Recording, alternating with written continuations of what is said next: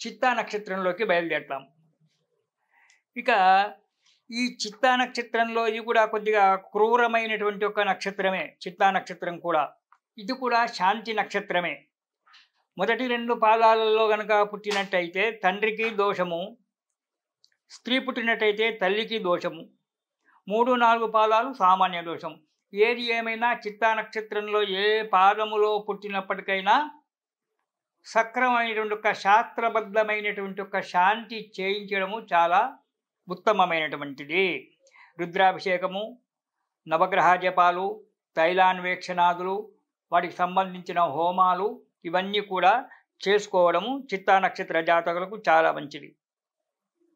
ఇక చిత్తా నక్షత్రంలో పుట్టినటువంటి వాళ్ళు రకరకాలైన వస్త్రధారణ చేయడానికి ముందుగా ఉంటారు. వాళ్ళు ఒక వస్త్రధారణ కాదు, రంగురంగుల బట్టలు ధరించాలి. విచిత్ర వస్త్రధారణ యందు ప్రేమ ఉన్నటువంటి ఒక వ్యక్తులు ప్రయాణాలతో సమయాన్ని చాలా గడుపుతూ ఉంటారు.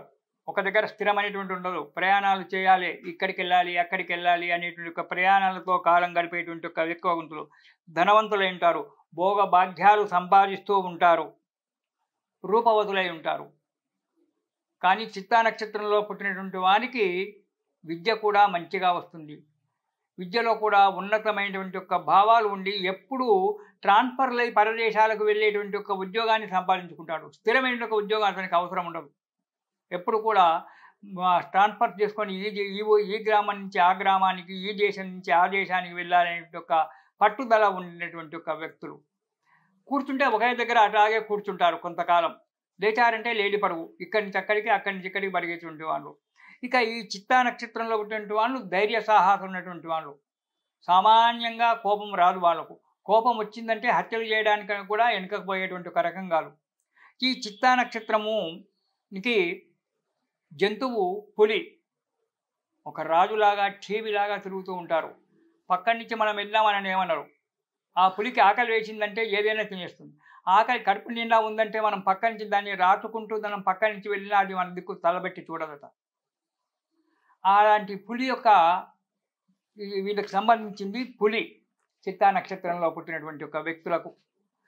ఇక రాక్షస గణములో చేరినటువంటి వాళ్ళు, ధైర్య సాహసాలతో మహాబలంగా ఉన్నటువంటి వాళ్ళు ఈ చిత్తా నక్షత్ర జాతకులు. ఈ చిత్తా నక్షత్రానికి కుజుడు అధిపతి. చూడండి, ఇక్కడ రాక్షస గణము, పులి వరుగు, కుజుడు అధిపతి. కుజుడు కూడా దుర్మార్గుడే కదా, మనం నవగ్రహాలు చెప్పుకున్నాం. కుజుడు కూడా పోటాటలు తీసి పెట్టేటువంటి వాడే. ఇక్కడ ఇతను ధైర్య సాహసాలతో మెండుగా ఉండబడినాడు, కుజుడు అధిపతి. కాబట్టి ఈ చిత్తా నక్షత్ర జాతకులు ప్రజాపతి, త్వష్ట ప్రజాపతి అంటే నవబ్రహ్మలలో, బ్రహ్మదేవుడి యొక్క సృష్టించిన నవబ్రహ్మలలో త్వష్ట ప్రజాపతి అనేటువంటి ఒక వ్యక్తి ఒకడు. ఆ వ్యక్తి యొక్క ఇతనికి దేవుడు. తర్వాత ఇతనికి తాళ వృక్షము అని అంటారు, అంటే తాటి చెట్టు అంటారు. ఈ తాటి చెట్టు ఇతనికి ముఖ్యంగా చెప్పినటువంటి ఒక, ఈ తాళ వృక్షాన్ని చెప్పినటువంటి ఒక పెద్దలు చెప్పారు. ఈ చిత్తా నక్షత్రంలో పుట్టినటువంటి వ్యక్తులు ధైర్య సాహసాలు, విద్యావంతులు, పరోపకార పారాయణులు, పరులను ఎదుర్కొని జయించేటువంటి ఒక శక్తి కలిగినటువంటి వారు అయి ఉన్నారు.